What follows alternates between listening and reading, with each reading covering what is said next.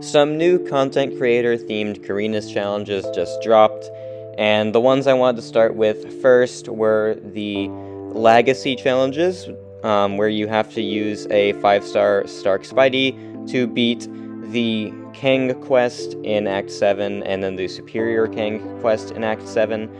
And I rank 5 and ascended my 5-star Stark Spidey all today, just so I could get this done as fast as possible, because I needed a Jabari Panther from the selector as fast as possible to do the Tigra challenge, which is the one I really wanted to do. So, this is how I'm going to be playing Stark Spidey in this challenge. This is how I recommend playing Stark Spidey in this challenge. You just ramp up your poise charges. It's really just normal Stark Spidey things. There's nothing too special about it, but if you didn't really know how to play him, I'm going to show you the last 2 fights on the path I took. This is the 5th path in the quest. It's on the right side, and this is definitely the path I would suggest. It is by far the easiest for Stark Spidey, in my opinion.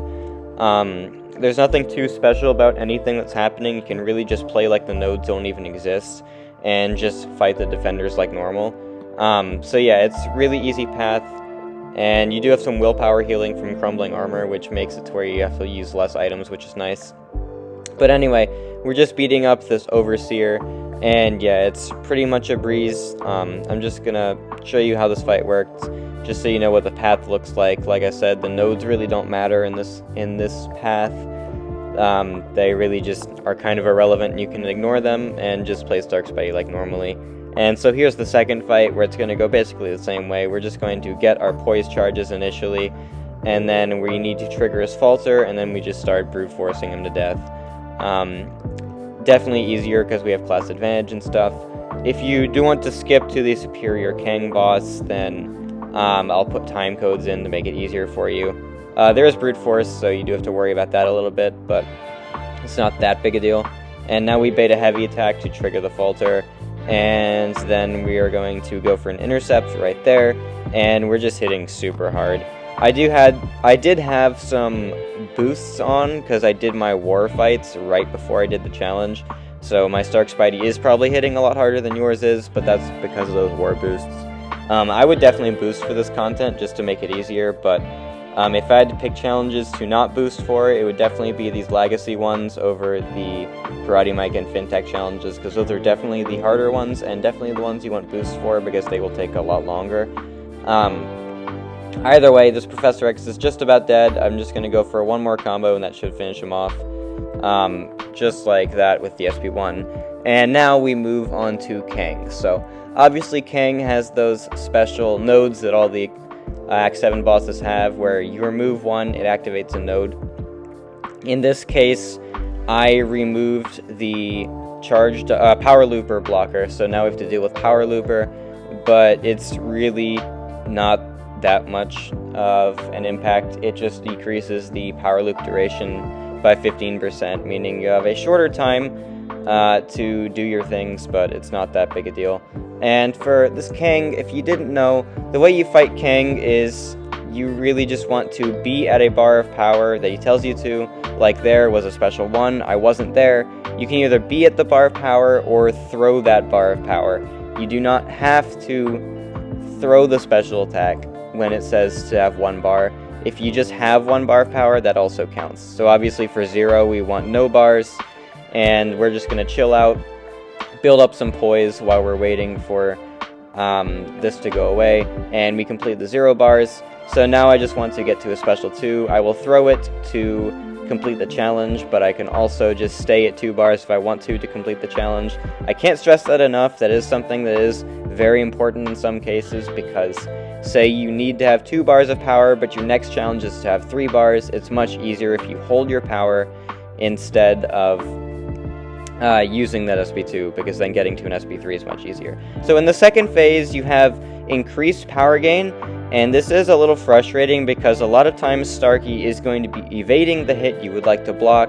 This is the hardest phase in my opinion, because you can't block the special attack sometimes because of that stupid evade. So you can see here, I'm just spamming the SP3s. Just keep calm, it's just something you have to deal with, and you just do your best. It is really frustrating at times, but the only thing I can tell you is that you just need to deal with it.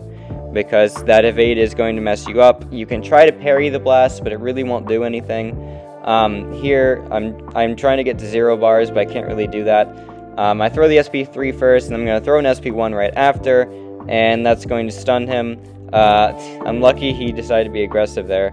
I'm gaining power too, because he makes you gain power in the phase, but luckily it wasn't enough to mess me up.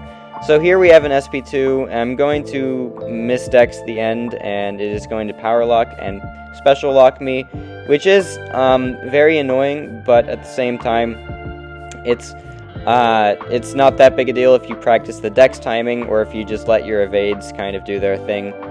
You're not guaranteed to evade, however, it is very likely, so you do have that going for you. Here I'm going to throw the SP2.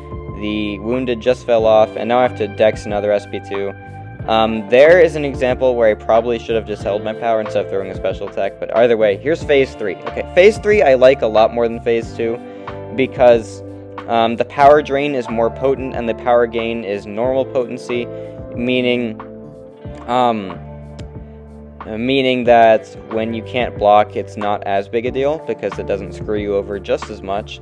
Anyway, phase 3, I'm not even going to talk too much about. It did take a little while, but it is easier than phase 2 in my opinion, because those evades aren't screwing you over as much. And so for phase 3, this is a really BS phase in my opinion. You just kind of have to hope that he doesn't throw a special attack and combo him while he's aggressive and doesn't want to intercept a lot. So the way you win in phase 4 is just by throwing an SP3, and luckily he didn't throw his SP3, otherwise I would have had to retry. It's another kind of BS phase.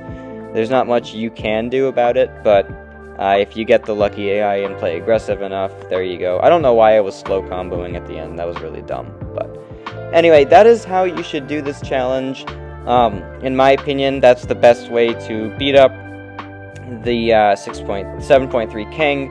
I'll come up with a 7.4 Kang guide maybe later tonight, we'll see. But anyway, I hope this really helped you out. It is quite an easy challenge compared to the rest. However, if you do use a lot of items, don't feel bad. I used a lot of items too. I never soloed him. I used quite a few revives. Maybe not quite a few, but 4 or 5. So anyway, thank you so much for watching. I'll see you in the next one.